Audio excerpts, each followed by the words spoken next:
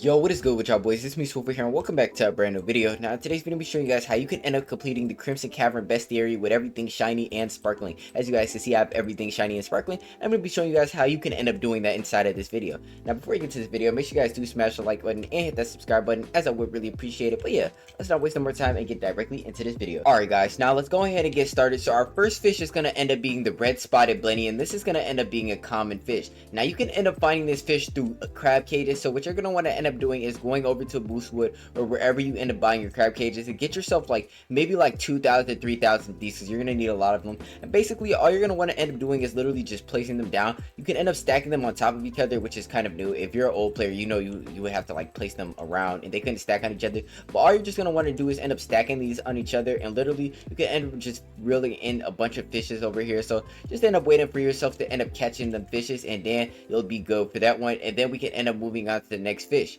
Now for the next fish is going to end up being the sea raven. Now the sea raven, like the red spotted blenty, can also be found inside of these crab cages, and you're literally just going to want to catch yourself this fish right here. Very easy fish to end up catching. Also, make sure you do not sell these fishes. Do not sell these fishes. It's going to be important for later. I just want to make that really clear. Do not favorite these fishes, star these fishes. Do not sell these fishes, alright? And I'm not even trying to you're going to need that for later, like basically to end up, what I'm going to end up showing you a little trick you can end up doing later. But just for the future, for this whole video, do not sell any of the fishes you end up getting. But regardless of that, we can end up moving on.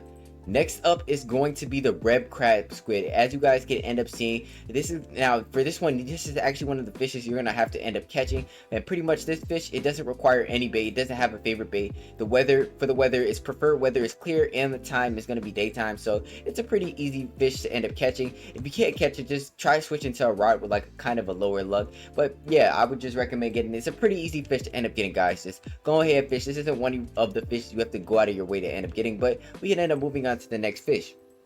Now the next fish is going to end up being the red fang tooth fish, and this is going to be kind of a little bit of a difficult fish to end up well, actually no, that's the viper fish. This one is still going to be a tad bit difficult, so make sure you're using yourself a rod with low luck. Okay, use your rod with a low luck, and that's what I would end up recommending for the rare fishes. So yeah, the favorite bait is going to end up being flakes. The weather is going to be rainy. That's going to be its preferred weather, and the time is going to end up being night. So make sure you have some sundial totems and just set the time to night, and make sure you take out your tempest totems. As you guys can see, I'm gonna go ahead and pull up my tempest totem. You could end up using that, and then you could end up switching it over to rainy. So yeah, that's gonna end up being that fish right there. Pretty easy to end up catching. Nothing you have to worry too much about. Next up is gonna be the viper fish. Now this is when you really have to follow like these specific guidelines. Okay, so just make sure you're following these specific guidelines. So for the bait, you're gonna want to use a minnow. For the weather, you're gonna want the weather to be rainy. For the time, its preferred time is nighttime. So I'd recommending just fishing for this fish at night. As you guys can see, make sure you end up doing that, and then you're gonna end up being able to catch yourself this fish. So we can end up moving on from this fish, and next up we have the Japanese dragon eel. Okay, so for this one I'm gonna just go ahead and pull it up right quick just to show y'all what it ends up looking like. This is one of my favorite fishes. But off topic. Basically you're gonna end up needing squid bait. You're gonna want the weather to be foggy. You're gonna want the time to be nighttime, and you're gonna want its preferred season is winter. Now that doesn't really matter. The preferred season never really matters, but just follow these three guidelines. It's not too difficult of a fish to end up catching, and then you're just gonna want to end up fishing over here until you end up getting the fish. Pretty easy fish to end up catching, and I really like the design of this fish for some reason. But yeah, we can end up moving on.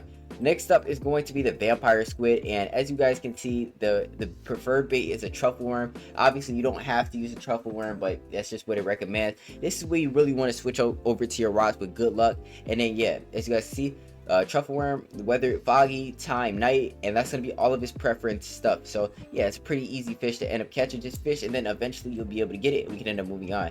Now the next fish is gonna end up being the litho to mega canthara, and I definitely butchered that name, but as you guys can see, basically you're gonna want to end up having weird, or actually these don't even matter. This is one of the crab cage fishes, so you're gonna want to end up going over to your crab cage, and basically just you're gonna end up using it until you end up getting this fish.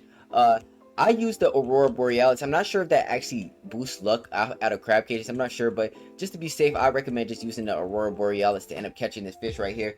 It could take you a little minute to get this one since it's an exotic from the box. But yeah, that's going to be this one right here, and then we can end up moving on. Next up is going to be the Colossal Ancient Dragon right here. As you guys can see, this is going to be the Colossal Ancient Dragon, and so basically this is going to be one of the event fish. So you're just going to want to spam sundial totems until you end up getting the fish to end up spawning over here, and then you can end up getting that fish right here. It's going to end up spawning right here. It's just the same as the Colossal Blue Dragon, except it's the rare variant. Just go ahead, fish right here, and then you'll eventually be able to get yourself this whatchamacallit, this Colossal Ancient Dragon. Actually, I don't even think I have anymore, I ain't gonna lie. Let's see if I have any. Okay, I have a couple of them, but yeah, this is what it's gonna end up looking like. And now we've ended up catching every single fish here, and now we're at the good part. So this is my ult account, and I've been able to do this on 2 accounts, my main and my ult. But basically it's very easy. A lot of people over like kind of estimate how easy it is to get shiny and sparkling on every fish. But basically what you're going to end up wanting to do is, there's 2 ways to do this one to get shiny and sparkling. First things first is you're going to want to need yourself some totems. So you're going to want to end up needing yourself a shiny totem and a sparkling totem. Do not pop, if you're going for the bestiary, do not pop these to collect everything. Catch all the fishes first, then you're going to want to have these in standby. Now basically what we're going to end up doing is we're going to end up going our way to the appraiser. Now this is the free to play method. If you're just a free to play player, you're going to want to end up going your way over to the appraiser, and I know it sucks, but you're going to want to have to pop one of these sparkling or shiny totems, depending on which one you're going to need. You're going to need both, and then you're just going to want to sit here and appraise. The thing about this is it doesn't really take as long as people think to get shiny on these. So yeah, basically you're just going to want to end up doing that until you end up getting shiny or sparkling. Make sure you use the totems, otherwise this will take you a billion years. But if you're a pay to win player, what you can end up doing is copying yourself the whatchamacallit game, the oh my gosh, the Appraise Anywhere Game Pass. I don't think you need the Appraiser's Luck. I wouldn't recommend getting that one, but the Appraise Anywhere Game Pass, I literally bought it specifically just for this.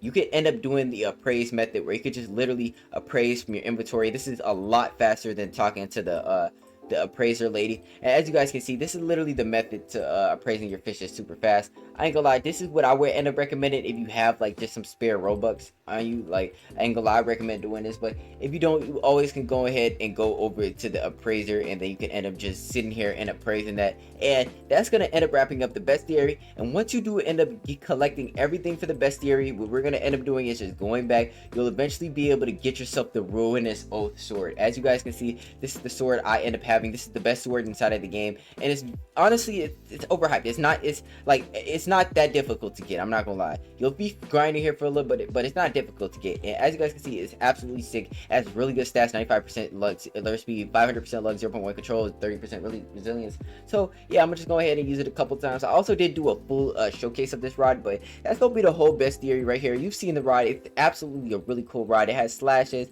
has its own mutations, all type of stuff. It is a really good rod. And yeah, let's go ahead and just catch one more fish, and let's see if we can end up catching this fish right here. But this is going to end up wrapping up the video right here. I hope you guys did end up enjoying this right here. Make sure you guys do smash that like button and hit that subscribe button, as I would really appreciate it, and it does help with the channel a lot. The best here is very easy. If y'all do need help, make sure y'all comment down below, and I'll make sure to help every single person out. But it's your boy Silver here. I hope you have a blessed day, stay blessed, and yeah.